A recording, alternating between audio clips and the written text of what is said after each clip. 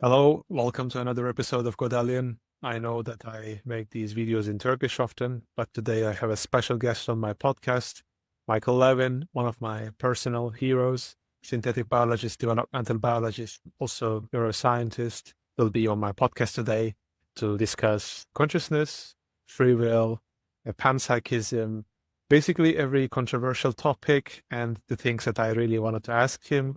I think it was a very interesting discussion. I hope you also enjoy it. How does one become a panpsychist? What do you think was not, addressed in the main paradigm, and how did you find yourself in this? Well, it's two things. I would say it's developmental biology and evolution.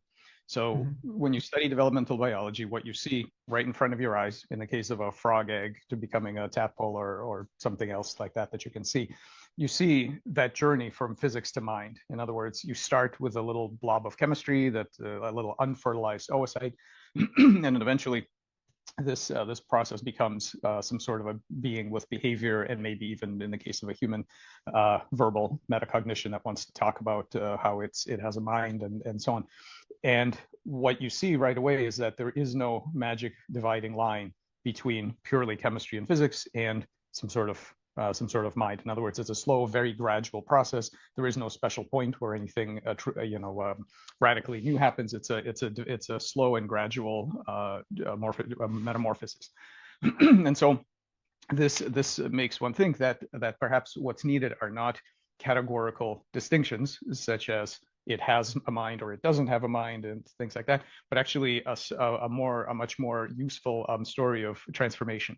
How did we get here? I think it's also very hard to define these things nowadays. When I mention someone that I find panpsychism very interesting as a theory that, cognition comes first, any sort of philosophical implications, people always consider me a solipsist or that kind of caricatured interpretation. Do you also get this type of criticism? How do you respond to them? Well, the first thing is that it's hard to accuse me of living in my mind, because my group does practical research. In other words, I'm not a philosopher. These ideas are not meant to be philosophical ideas.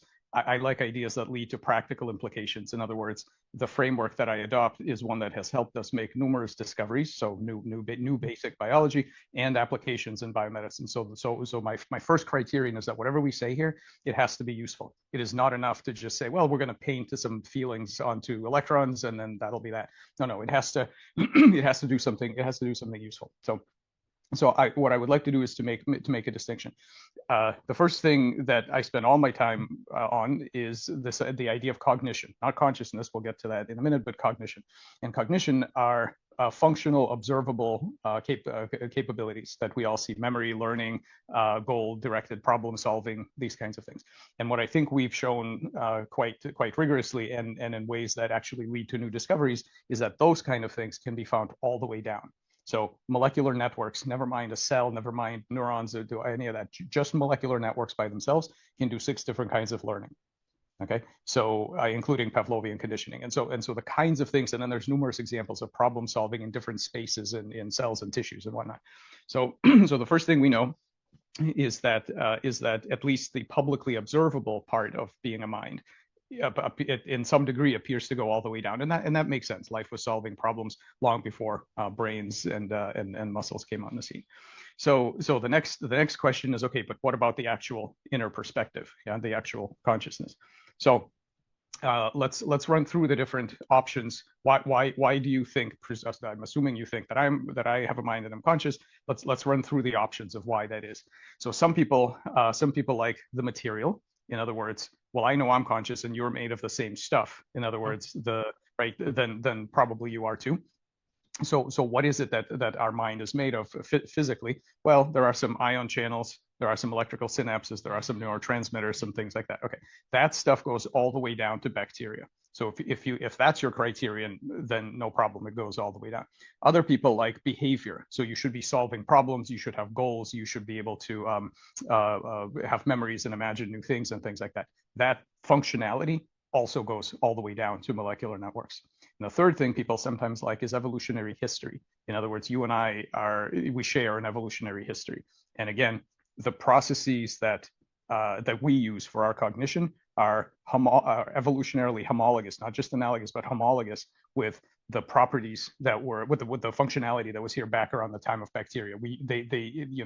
Evolution uses bioelectricity just like in our brain. It uses it to solve all kinds of problems. So consciousness is a hard problem. I'm not claiming to have cracked it in a way that proves anything to anybody, but what I am saying is that for the exact same reason you attribute consciousness to other humans, in other words, the problem of other minds. If you think other humans are conscious, then you should take very seriously the idea that all kinds of other things, at the very least on the tree of life, and then we can talk about artificial things and so on, but at the very least, other biologicals to some degree should have that property as well. I really like your analogy here where you talk about the reverse IQ test, if I remember it correctly, Yep. that in order to be able to see what would constitute intelligence or cognition, you have to be able to come up with a very intelligent theory yourself that accounts for these diverse life forms. In particular, I think there needs to be some sort of impedance match between what the tool that you're using to search for something and the thing you're looking for. So I think that physics only sees mechanical kinds of things because you're using low agency tools. You're using voltmeters and rulers and things like this. Of course, you're only going to see the physical aspect of things. If you want to see other minds, you need to have a mind, and you need to be, in particular, you need to have the imagination to recognize minds that are not like yours, because behavior, materials, all these things can change. And you're taking an IQ test yourself when you make a claim that some system has some degree of cognition or it doesn't. What do you think constitutes a strong evidence in this research field when it comes to cognition and forms of intelligence? Perhaps you can also tell us what sort of things you expect to find in the upcoming years.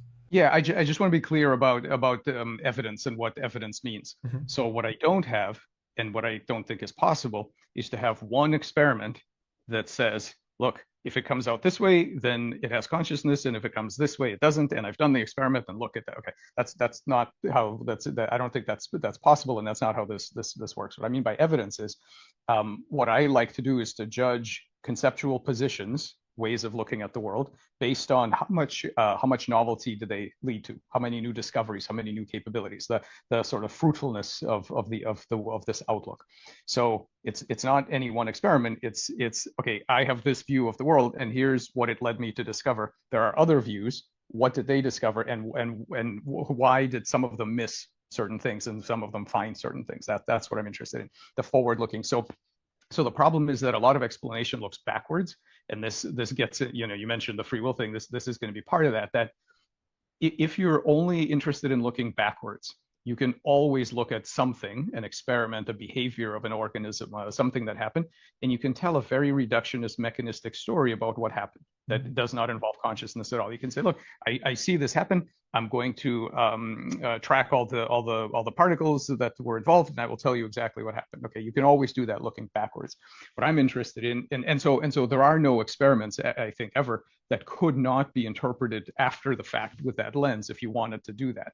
However, if you're more interested in the future, you can say, okay, and so using your worldview, what does that lead you to discover that we didn't have before? And that's my claim, that using this idea that neuroscience isn't about neurons at all, that what neuroscience is really about is the scaling of cognition and how we are all collective intelligence. And so the question is, what kind of cognitive glue enables parts to become a collective intelligence? And that question can be applied to lots of different media. That's really what I think the most exciting part of this research program is about. We see it happening in neurons. We also see it in other places, and that leads to many new discoveries. I find it a very satisfactory answer in general. It's a different paradigm, and once you base your research on this paradigm, then you have a completely different way of looking at things. What you showed in rock tissue, for example, that with bioelectricity, then you can change the software in a way that you can rewire things, and this is not accounted by the traditional theory of genetic expression. Well, yes, but I think more importantly, so there are two kinds of things that you can do, at least for now. Eventually, probably many more. There's two things you can do. Once you know that you are dealing with an actual goal-directed collective intelligence, when you're talking about morphogenesis, regeneration, cancer suppression, all of those things, what you can do is ask the question, how does it store its memories? Okay. And once you find out how it stores those memories, you can try to rewrite those memories. And so it turns out that a lot of those pattern memories are stored electrically, much like we think in our brain. They're stored as patterns of electrical activity. And once you can decode some of those, you can rewrite them, you can change them. And so when you do that, the amazing thing about cognitive systems that have a memory as well as a body, and even simple things like thermostats, is that you don't have to change the hardware in order to get them to do something new. You can change the set point towards which they operate, or in this case, a memory, and then they will do all the hard work. So we've been able to do that in many contexts, and I can tell you about that. But the other thing you can do is you can change the borders of the self. So you can ask, when you look at an embryo, we sort of conventionally we neglect the magic that is there when you look at 100,000 cells or 1,000,000 cells and you say that's one embryo. What is there one of? What are you counting that when you say it's one, right? Because there's however many cells, and inside each one of those there are billions of molecules and so on. So what are we counting when we say one? Well, what we're counting is that some collection of subunits have all bought into to two things. One is the size of the goals they're going to pursue. So individual cells have very tiny cognitive light cones. They only pursue very tiny goal states. For example, things like the concentration of sugar or the pH or something right around that cell. But collectives, for example, groups of cells have enormous, grandiose goals. So for example, in a salamander, if you amputate the limb, those cells will work very hard. They rebuild the limb and then they stop. Right? They stop when they reach the goal. No individual cell knows what a finger is or how many fingers you're supposed to have, but the group does. And the group pursues that goal. If you deviate it, it will try very hard to get back there, then it stops. So the scale of those goals, they start out as single cell, tiny cognitive light cones in evolution. Then through multicellularity, they kind of grow.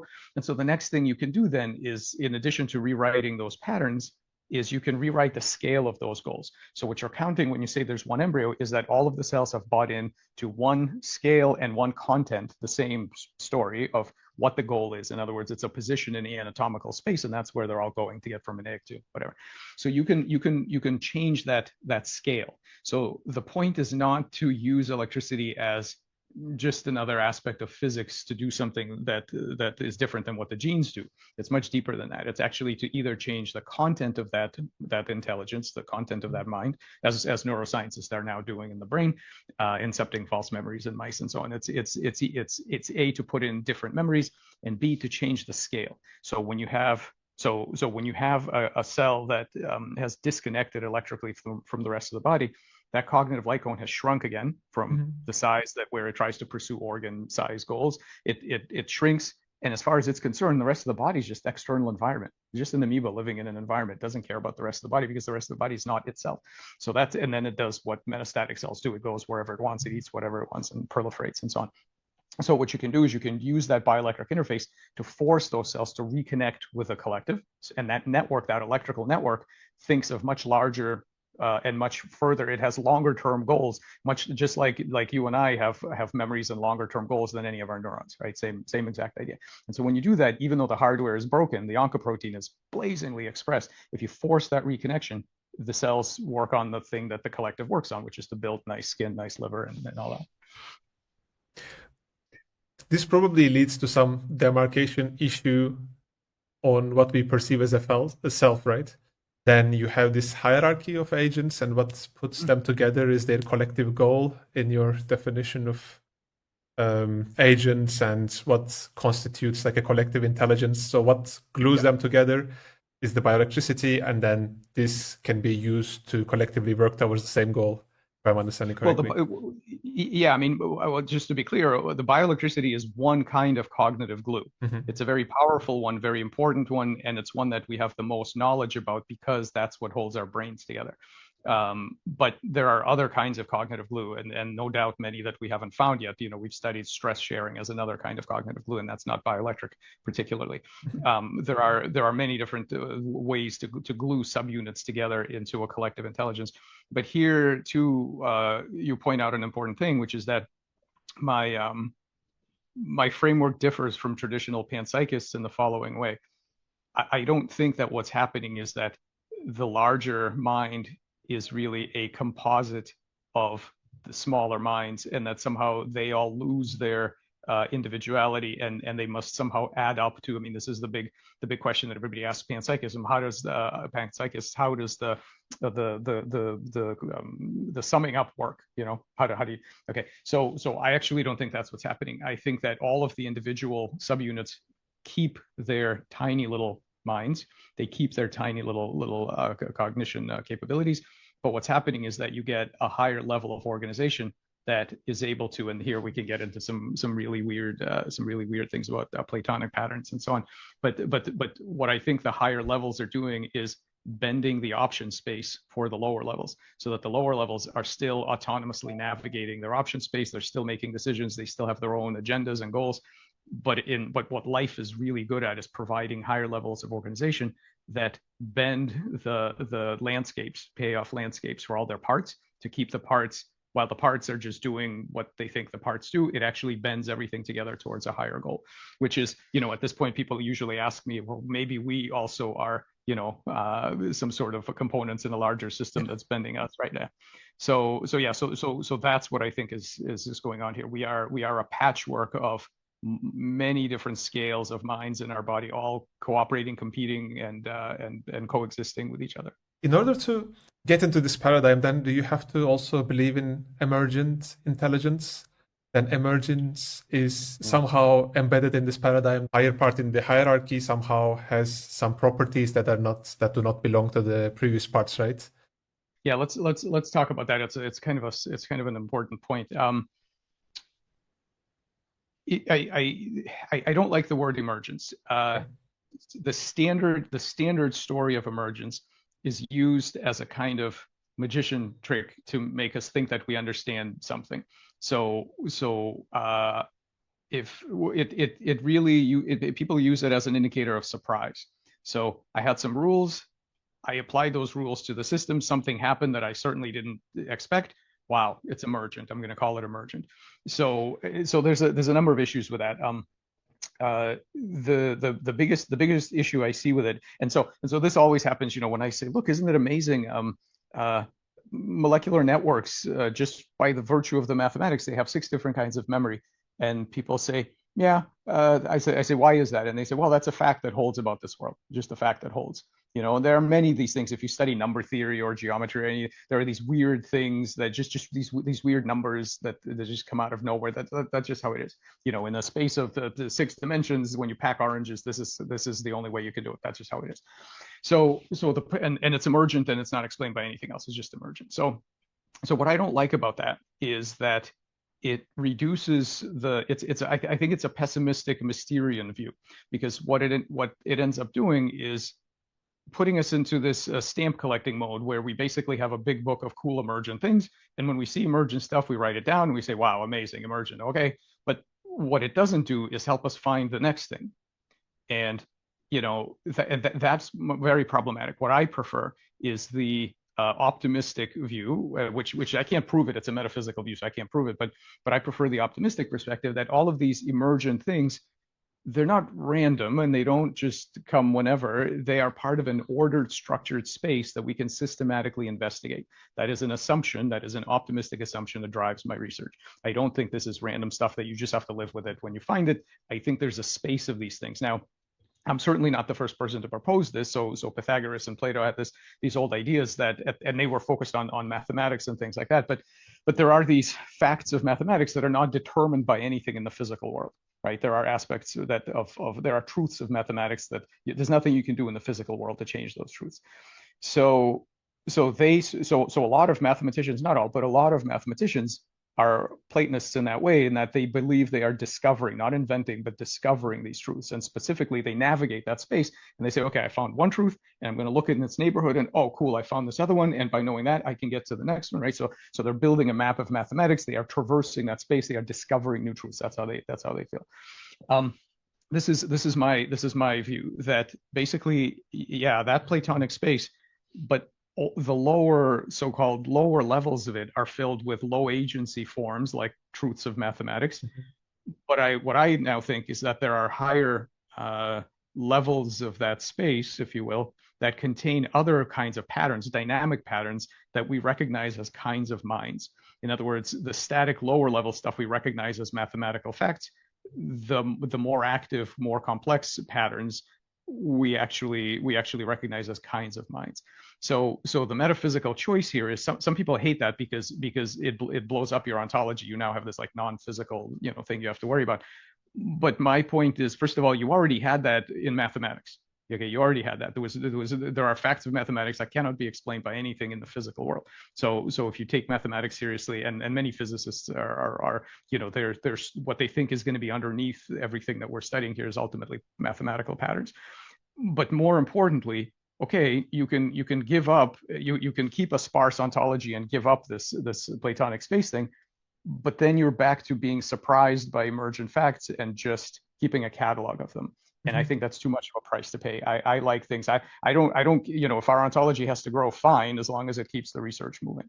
So that's what I think. So I'll say one last thing and then I'll stop, is that this is the deal with the Platonic stuff, with the panpsychic stuff. What I think is happening here is that everything we make, cells, robots, embryos, biobots, all of it, every physical thing is a kind of interface or a pointer into this Platonic space. Depending on what you make, you can cause the ingression of certain kinds of patterns. If you make triangular shaped things, you'll bring down facts about triangles. If you make embryo shaped things, you'll bring down some other stuff from the anatomical landscape.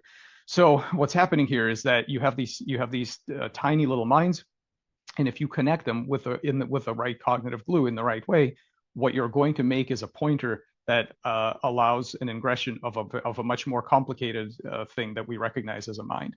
And I think those things, I don't think we make them. And this is obviously very sort of controversial for biologists to say. I don't think we make them. I think they already exist. But what we do make are interfaces through which they express themselves in the physical world. And so it's basically like what the mathematicians say about physics, but taken to the biology level. So then you are extending Platonic way of thinking into biology, and then there can be some patterns that are getting explored in the physical world, basically. Yeah, and I think you have to, because and the reason so I've been thinking about this for decades. I've never talked about it, and the reason I never talked about it is because we never had data to help us actually move forward on this. So I try not to go too far beyond the things that we can actually make progress on. So as of the last couple of years, we can now do this, and the way we do this is the reason that now I think it's very clear that we need to think about this kind of thing is because in the past, when you have a living system and you want to know why does it have the shape or the behavior that it has, right? You're looking at an animal or a plant. You want to know why does it look like that? Why does it act like that?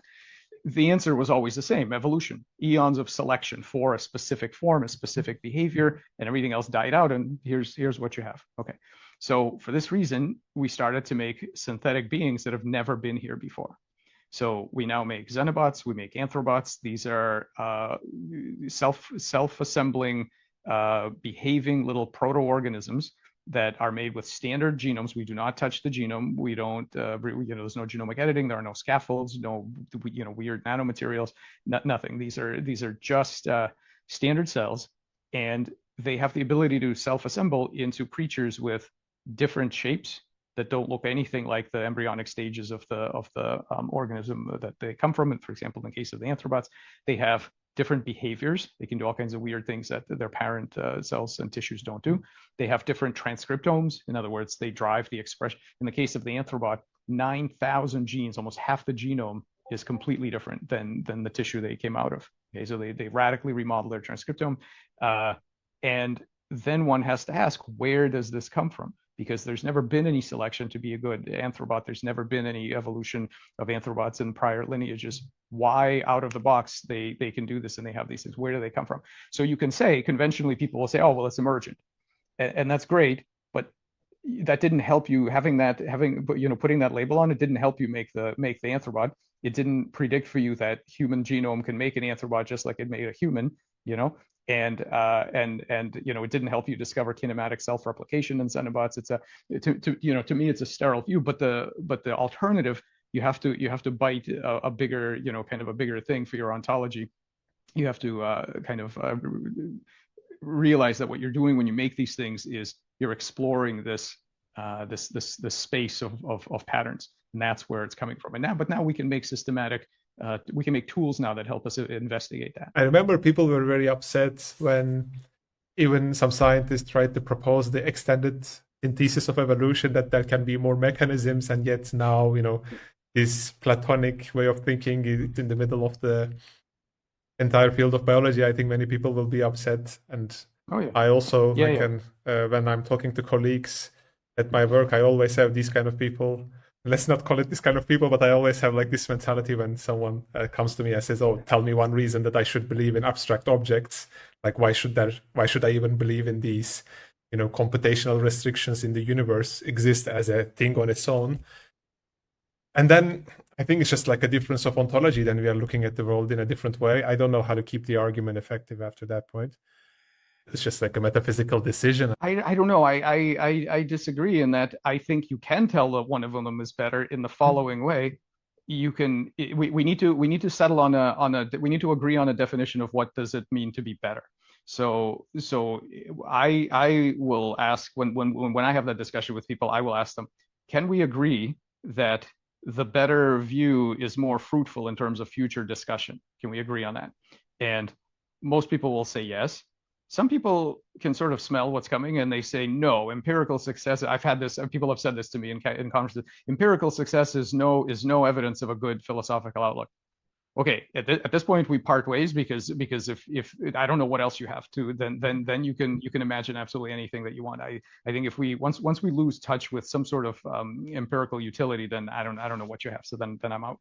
But if we can agree that empirical utility is a criterion for telling you that you're onto something philosophically, that you're onto kind of the right track, then I think we can say that you can do more if you understand that there are patterns that are not controlled by facts in the physical world than if you don't understand that. Certainly evolution uses these things, engineering uses them, mathematics uses them. There are many examples, and I give some in this Platonic space paper that I put out recently. I give a bunch of examples where if you are looking for, in biology, we like two kinds of sources. When we say where is the information, we like two kinds of sources. We like history, meaning evolution. It's here because there was a history of selection. And we like physics. It's there because the laws of physics necessitate it. Well, the fact is there are other patterns that have neither of those two sources. There are mathematical truths and shapes and forms that are used by evolution that do not have a history of selection, and they do not the forms themselves. And there is no law of physics that you could change to make them be different.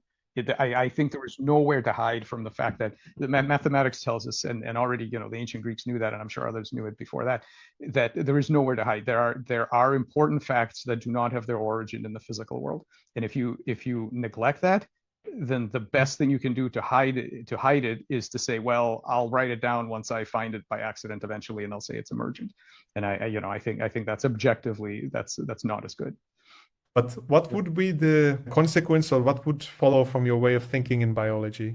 What would be the mechanisms of causation? What about the goals of agents? What's your take on the entire free will discussion, free will debate? Okay, well, I can say a couple of things. First of all, one of the biggest problems in all of these debates is coming to a definition of what we're actually debating. So most of the discussions that I've heard, no one actually states what the definition is. And what is it that you want to have, and what is it that people think we don't have? So let's just talk about that for a minute. What I think is really important to think about is, what do you want to be free from? What do you want to be free from? If you want to be free from physics at the lowest level of description, that isn't going to happen. If you want to be free from the past consequences of your own experience and your own choices, meaning that you want your behavior to be not related to the things you've done in the past in terms of what you've learned and what you've thought, you could do that if you were a completely random agent. But who wants that kind of freedom? That's randomness. That means you can't learn, you can't improve, you don't have, you're not a time extended being. So that can be done, but I don't think that's of interest to anybody. So you're not going to be free from physics. You're not going to be free from your own past, the past mental work that you've done, and your own, if some of the least free people are the very thoughtful, very highly principled, moral people who are they will say, well, in this situation, I don't have a choice. And you'll say, of course you do. You could do something else. No, I don't, because my own moral principles require me to do X, Y, Z. They're like a prison, right? I can't do anything different. So do you want to be free from that? Because you can be, but then is that what you're looking for? I don't think anybody wants that either. So it's really not easy to say what it is that you want to be free from. So what I want to I'm doing some serious work on this, but I'm not ready, with a new theory of free will or anything like that. What I can say now is just a couple of things. The first thing is that I think the useful way to think about free will is, and this is I think similar to what Kevin Mitchell puts forth in his recent book. I think that you want a time extended sense of free will. In other words, the free will isn't in the thing you do right now. Okay, there are very few. There may be some, but I think there are very few actions that we take that are free right now. Your actual free will is the sum total of the applied effort that you've put in to shape yourself, your mental apparatus, and your environment so that your choices and your response to those choices are better in the future.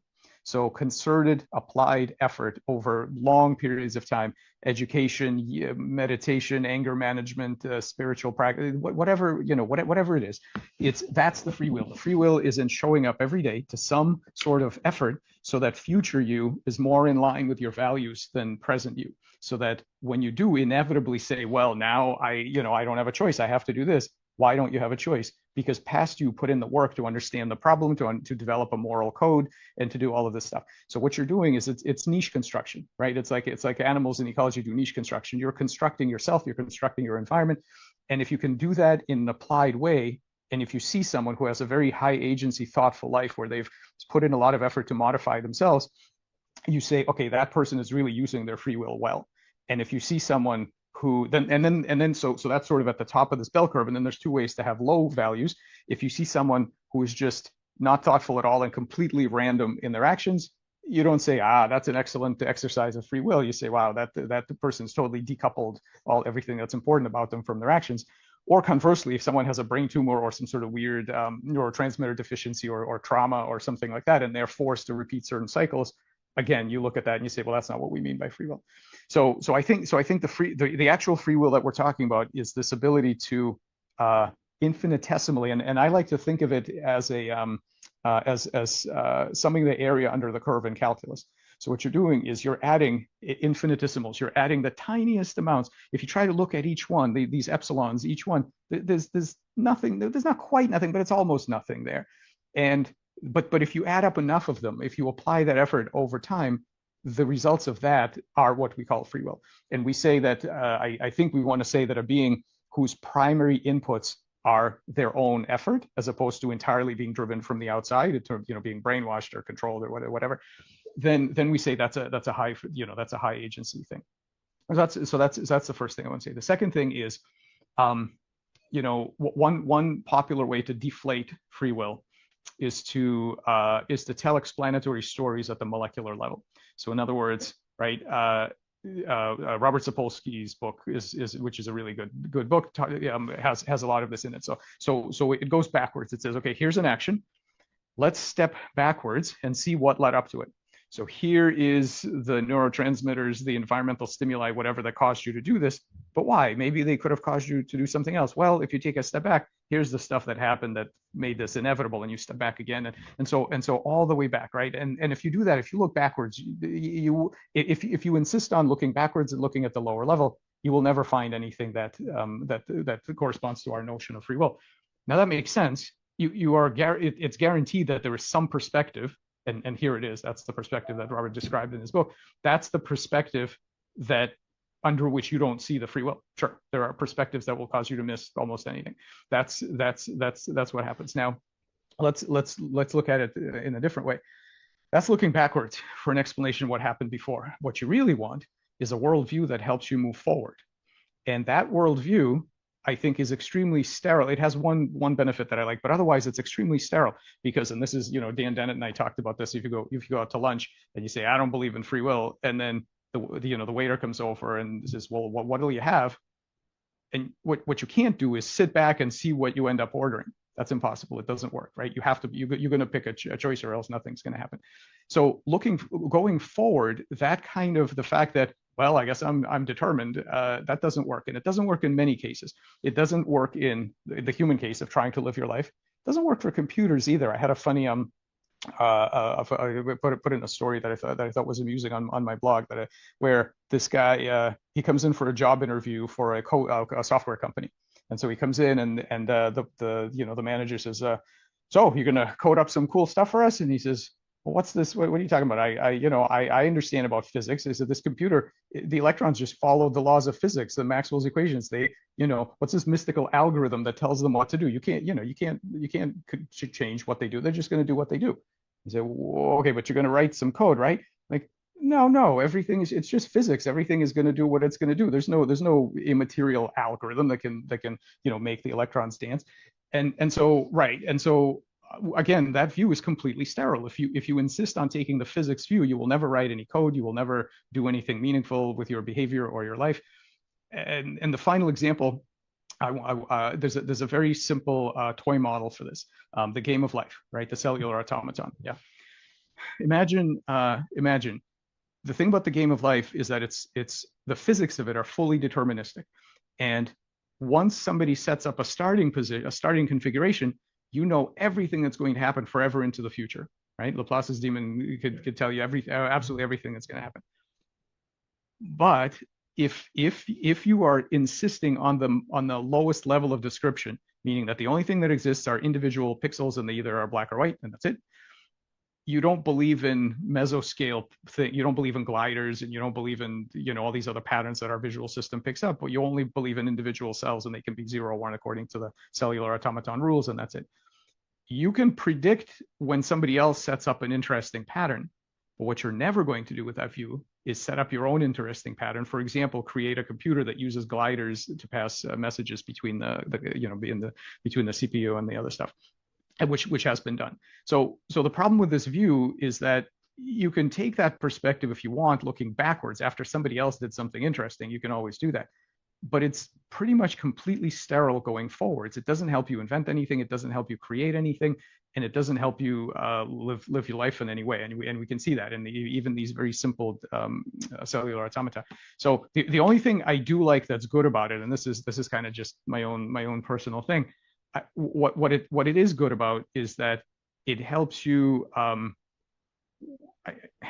This is what I like to do when somebody does something terrible, okay, that I don't like.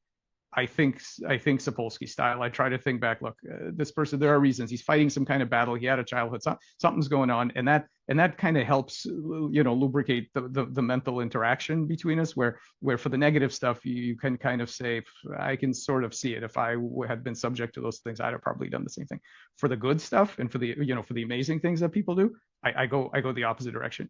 And I say, yeah, that's an amazing example of hard work that picked up these awesome patterns from the Platonic space of possibilities, and you get full credit for doing that. So for that perspective, and I think that's one big reason that Robert wrote that book is that people end up wanting to blame people for some things that were really not under their control. So it helps with that. But overall, I don't think it's a fruitful view looking forward in discovery in your life in computer science. It's just not that useful. Okay. So in your view, whether the universe is deterministic or indeterministic still doesn't matter. Do you think whether this physics? Mm-hmm. Well, keep in mind too that I don't think physics is causally closed. So okay. If you tell me that physics, see, and this was Dan Dennett made a really good point in his book on an early book on freedom, like in the 90s, I think. He wrote that, look, we only know two kinds of things in physics. There are causes that inevitably cause other things. And then there's quantum indeterminacy, which is an acausal effect where nothing caused it, and it's random. Those are the two things we know in physics. We don't know anything else. So whatever you want free will to be, neither one of those two things is it. Randomness is not what we mean by free will. Determinism is not what we mean. What's it going to be? So, but for me, that doesn't matter. Because even in a fully classical Newtonian universe with no quantum anything, you already get ingressions of patterns from mathematics.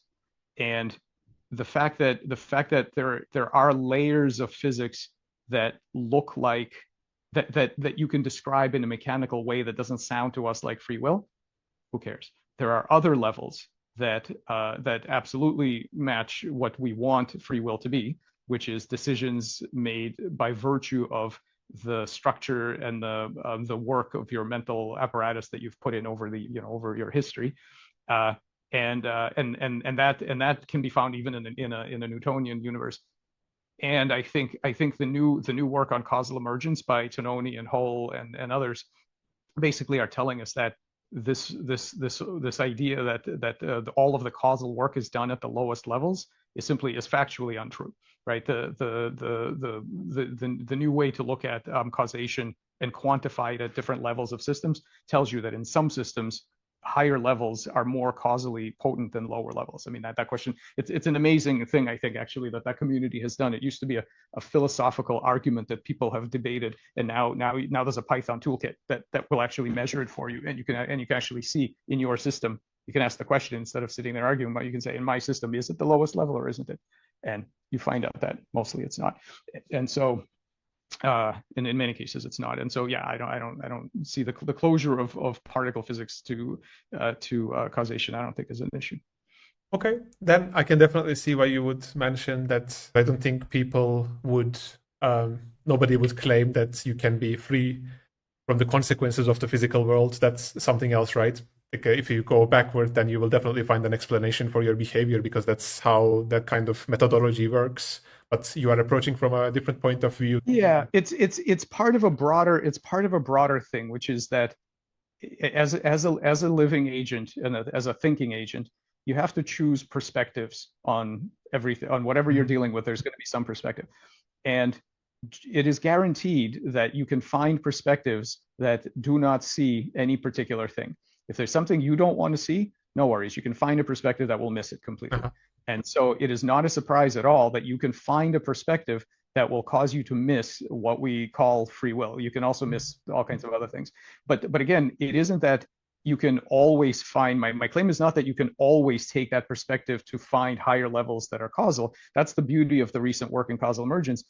It's an empirical question now. You can't say that you always will or you never will. It is an empirical question. You take your system, you look at the different levels, and you actually get to find out which in that given case, which level has the higher the higher causality to it.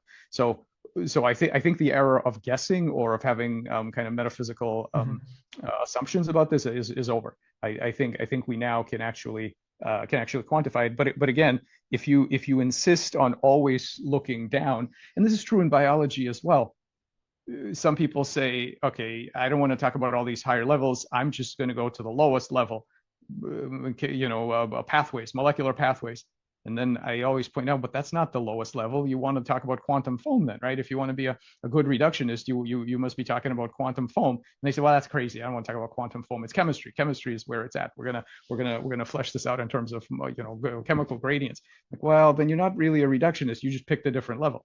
And Dennis Noble is really good at that, of describing this, the privileged level of causation in biology. We kind of somehow decided that chemistry was it, but there's nothing special about it. Yeah, then if you go the full reductionist way, then there is no way to really determine what level can be preferred. You can investigate the behavior in different levels, and then you can investigate it at whatever level you want. But I claim that now we have an empirical way to figure out which level is more fruitful. And we have techniques in causal emergence. We have experiments. So I can tell you what has been achieved for specific areas, what has been achieved assuming that the molecular components are your targets of intervention, versus what has been achieved by assuming that the beliefs of an agent navigating anatomical morphospace are your target of intervention. Those are very different things, and they require very different tools. And for certain things. And so I call this in my Tame paper, I call this the spectrum of persuadability. What defines the spectrum of persuadability are the tools you bring to the task. On the left, you have things like mechanical clocks, and you bring your tools of rewiring, and that's it. Then you have thermostats and things like that, and you can bring cybernetics, and you can bring control theory, and so on. And then you have certain things that can learn, animals and actually cells and other things that can learn. And so then you bring behavioral science. And then on the right, you have things like humans and whatever is beyond that, where you can do psychoanalysis and friendship and love and I don't know what. So depending on which tools you bring, we will all see as a matter of empirical evidence, how did that work out for you? If you bring the mechanical rewiring tools to the living beings, you will leave a lot on the table in biomedicine, in having a rich interaction with them. If you do the opposite and you try to punish a mechanical clock, probably it's not going to do much for you.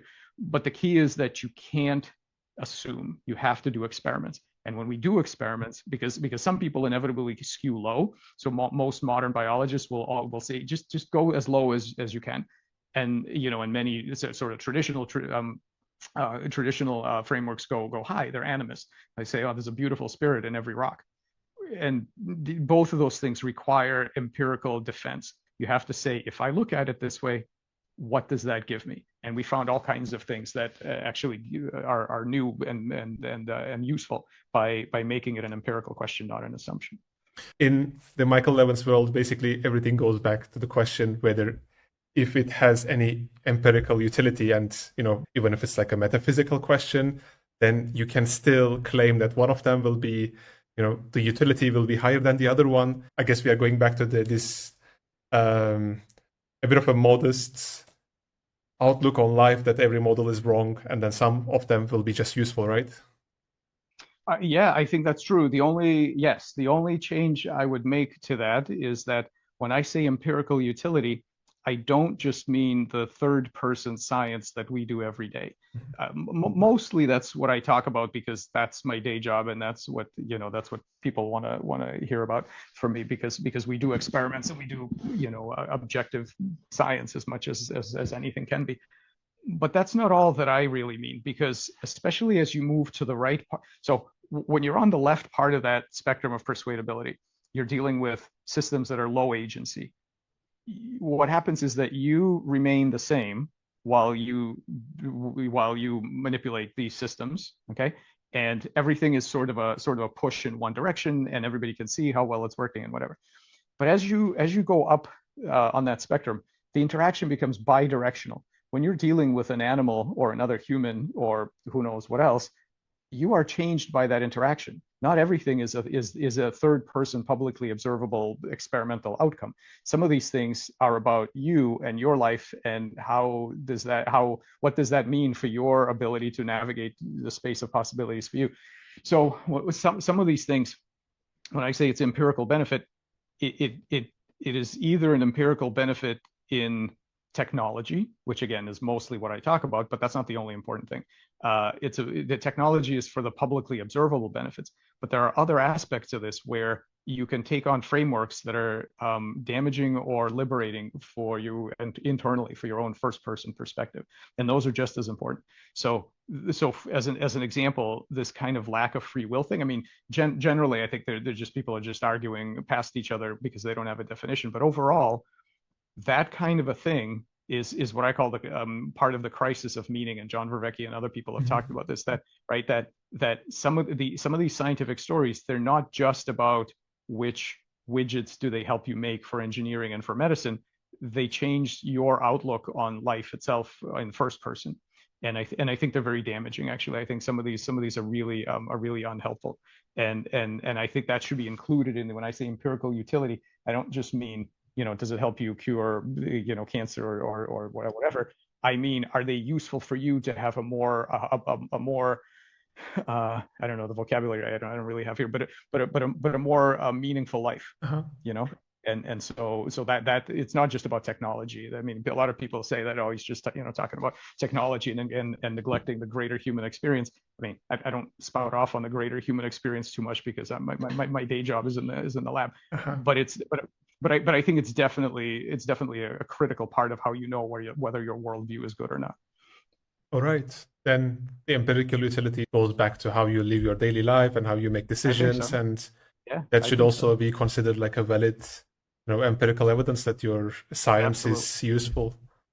I see. I think so. I find meaning in that personally. I think it's just what makes what we do important and also meaningful.